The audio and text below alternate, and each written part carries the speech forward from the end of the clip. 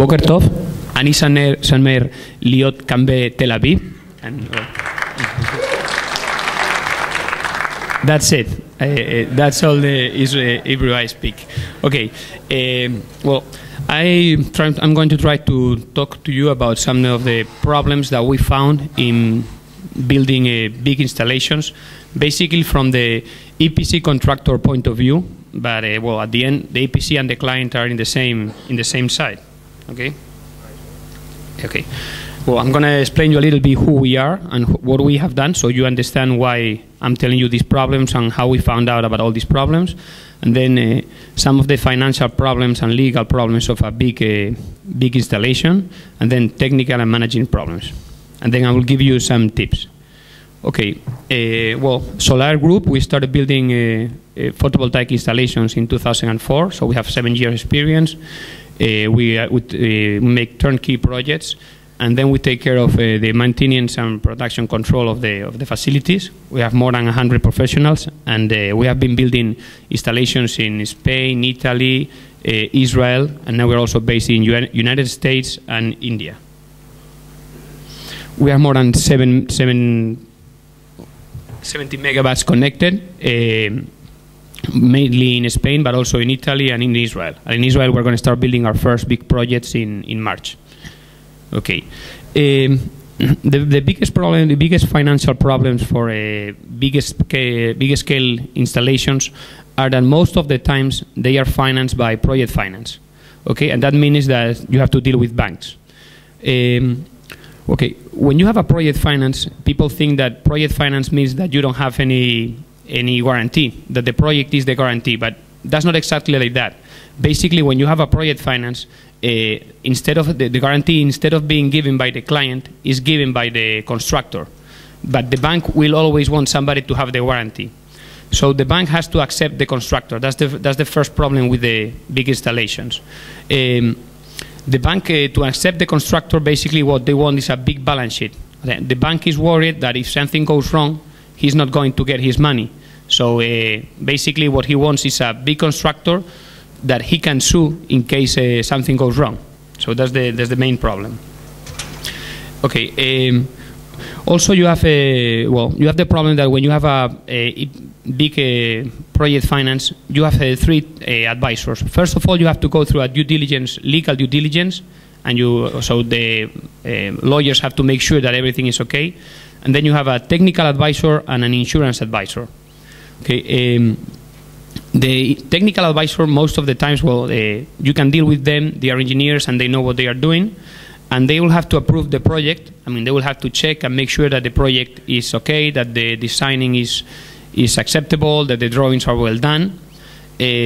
Also, they will have to approve the constructor, which means that they have to make sure that you have experience, that you have done many other things, and they have to feel confident with you.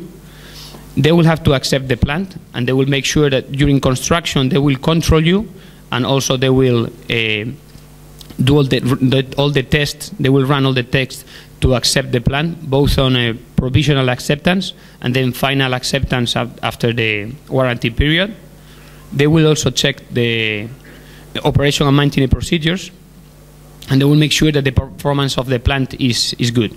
Okay, with the technical advisor, most of the times you can deal with him, and you will have to deal with him because for a technical advisor point of view, he wants to be really safe, so he will want you to sometimes to oversize some of the things or have duplicities or make things too big. So you have to deal with him because you want to save money. So you have to convince him that maybe you don't have to have duplicities or make things so big, or maybe the cables can be smaller, so you are saving money. So it's important that you deal with him.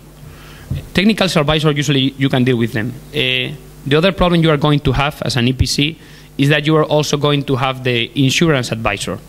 The problem with the insurance advisor is that most of the times the banks hire brokers as insurance advisor, like for example Willis or Marsh, and they will always try to sell you his insurance, and that's the truth. So and the problem with their insurance is that it's much more expensive than the ones you can get in the market. For example, now we have a problem in Italy. The insurance the market price for the insurance is 4,500 euros, and the insurance technical insurance advisor wants us to do it with him, and it's 14,000. So my recommendation is that you have all these. No, it's the truth. It's as simple as that. They are brokers and they want you to sell them their product, but they are the ones that have to tell the bank that the installation is properly insured. So my recommendation is that as soon as you can, you get all the information of the insurance you have to give to the bank, and start dealing with them. So if you have to discuss, you have time to discuss. Because if not, if you have to start discussing at the end, it's really complicated. You don't have time, and he's the one that has to approve. So at the end, you will end up doing closing the insurance with him, even though you have to pay more. I know this is easier to say than to do, because then when it comes to the project finance, most of the time you sign the contract with the client, and then in the contract you put some clauses saying that in case the banks want to put some changes, you will accept them unless they cost you money. So by the time you sign the contract with the client, you don't even know who the bank is going to be. Then the client will have to talk to the bank, get the project financing, and then the bank will tell you who the technical advisor is and who the insurance advisor is, and then you will have to talk to the insurance advisor and start knowing what he wants as insurance. So most of the times, by the time you start dealing with the insurance advisor, it's almost at the end, and it's not easy. But I'm just telling you what you should do. Other problem that you are going to have as EPC contractor is that you are going to need bank guarantees, both during construction and after the construction, during the warranty period. Okay, here you have to also talk with the client, because bank guarantees are really expensive. It's not only that they are expensive, it's that most of the times when you want a bank guarantee, the bank wants you to pledge almost the same amount of money that they are giving you as bank guarantee. So if you sign with the client that he's going to give you 10% when you sign, but then you got to give him a 10% bank guarantee, at the end you're not receiving any money, because you have to go to the bank, put the 10%, and they give you the bank guarantee. So it's important that you talk with the client and you explain this to him, so he lowers the bank guarantees that he's going to force you, and also talk with your bank in advance. So when they ask for the bank guarantee, you already talk with them, and maybe they don't make you pledge 100%, but only 50% of the quantity, and also, well, you have to talk with them about the cost. And this comes related to the next, is that you're going to need huge working capital needs. Okay, when you build a big plant, you must understand that with a project finance, they pay by milestones. This means that you do the milestone, and then you get paid. So, for example, you put all the structure, and then you get paid for doing the structure. Then all the modules arrive, and then you get paid for arriving the modules. This means that you are going to need a lot of capital to achieve that milestone. Here it's important that you deal with the client and you try, well, either cut the milestone shorter, or if, for example, the plant is 5 megawatts, you accept partial milestones of every 500 kilowatts or something like that. And it's important also that you have good relations with supplier. If you're an EPC that has been working for many years, then you have good relations with suppliers, and they are willing to give you to provide you with the modules or with cable or whatever, and then getting paid afterwards. And you will also have to deal with all the bank bureaucracy, which is really slow. And here you have to help the client. You have to help the client because he's the one responsible for getting the financing. But you must understand that if he doesn't get the financing, then you are not going to get paid. So it's everybody's problem. Okay, so you must understand you're gonna have to work with loads and loads of paperwork. Project finance is really long process. They are going to ask you for many questions, and they are going to start asking your engineers and, well, driving you crazy. Also, you have to deal with the administration procedures, the lawyers, and you will have to be in endless negotiations. Well, here my tip is that when you negotiate with the client, okay, usually a project finance contract, EPC contract can be, I don't know, 100 pages. They are like this thick. So my recommendation is that you negotiate yourself with the client, and once you agree on everything, you let the lawyers come in. Because if you let the lawyers come in from the beginning, you're going to be negotiating for forever. It's going to take you ages. So that's how it should. That's how it should be done. Okay. Then I'm going to tell you some possible technical problems that you have in the installations. Most of the problems of an installation, you can have them in both small installations and big installations, but in big installations they are more important. Okay, first of all, you have to count on the transportation. You have to, okay, the thing is that you have to plan everything ahead with lots of time, because if you are not planning on when you are receiving the modules, when you are receiving the cable, when you are receiving the structure, then you have bottlenecks, and you can find you can see that maybe you don't have work because the things didn't arrive. Of course, what it would be perfect is that if you could receive everything at the beginning and then have it stock there while you build, but that's impossible because you will need lots of working capital. So you have to make sure that everything will come on time. So it's the key to a good big installation where you make money is that you match really well the timing, and you make sure you are going to receive everything on time and not before and not after. Okay, and you have to count on many weird things that can happen. For example, you must understand that there is a strike. For example, we had a problem in a plant. There was a strike in France, and the modules couldn't come from Germany to Spain. And well, we had like 25 people waiting for the modules, and we couldn't work. So you must count on that. You must count on the problems that you can have on the customs, because the modules, maybe they come from Germany, from China, from the United States. They have to go through the customs, and that takes time. So always count on that also. And don't think that since most of the times they count through customs in 1 week, it's going to be always like that.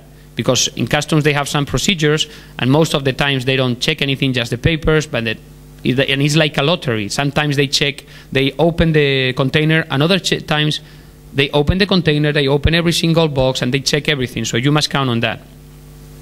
You must also be aware of the quality of the land if you're building on land, because you must make sure that there are no rivers, or it's not a place that you can have floodings, because maybe when you go and take a look at the land, everything it looks good, but then when it rains in the winter time, it's a land that that floods. Also, archaeology problems. Here, probably you're going to have lots of problems like this, because you have to make sure that when you start digging, you don't find some, I don't know, Roman buildings or anything like that. Well, I know a story, I swear it's truth, about these guys that were in a photovoltaic plant. They were digging and they found a tomb, like a marble thing with here is lies, whoever. And they put earth back on it and kept digging somewhere else. And so there is, in a plant I know, there is somebody under there. You must also have count on the problems, like I said, local problems, or I call Italian problems. I know Israel is a really serious country and you wouldn't have these kind of problems here, but when you work in Italy, believe me, you have some weird problems. Sometimes you have to hire people that you don't know exactly what they are going to do, or, well, we had to hire a worker that would come like this to the site. He was supposed to do the one drilling, but he would come like this, he would sit around, and well, we paid him and he left, that's it. So sometimes these things happen. You must count on the climatology conditions. When you plan for when you're going to build the installation, you must be aware of when it's going to rain, because, for example, you cannot do high tension works when it's raining, and you cannot dig because it's going to get all full of mud. So you must make sure that by the time the rains are going to come, you have everything done for that. Well, you have to check and make sure they don't steal any copper from you or anything, and basically that's it. For trackers, it's also important that you do properly the founding calculations. If you put trackers, you're going to spend a lot of money in foundings, okay? And concrete is really expensive, so here you have to do the calculations big enough so that the tracker doesn't fall, but not so big that you spend a lot of money. Here you will have to probably deal with the technical advisor from the bank to convince him and to agree with him on how big the foundings have to be. And also shading. Shading is always important, but with trackers it's really important. Most of the times probably the tracker manufacturer will give you the idea of what the distance it has to be northeast and south-north.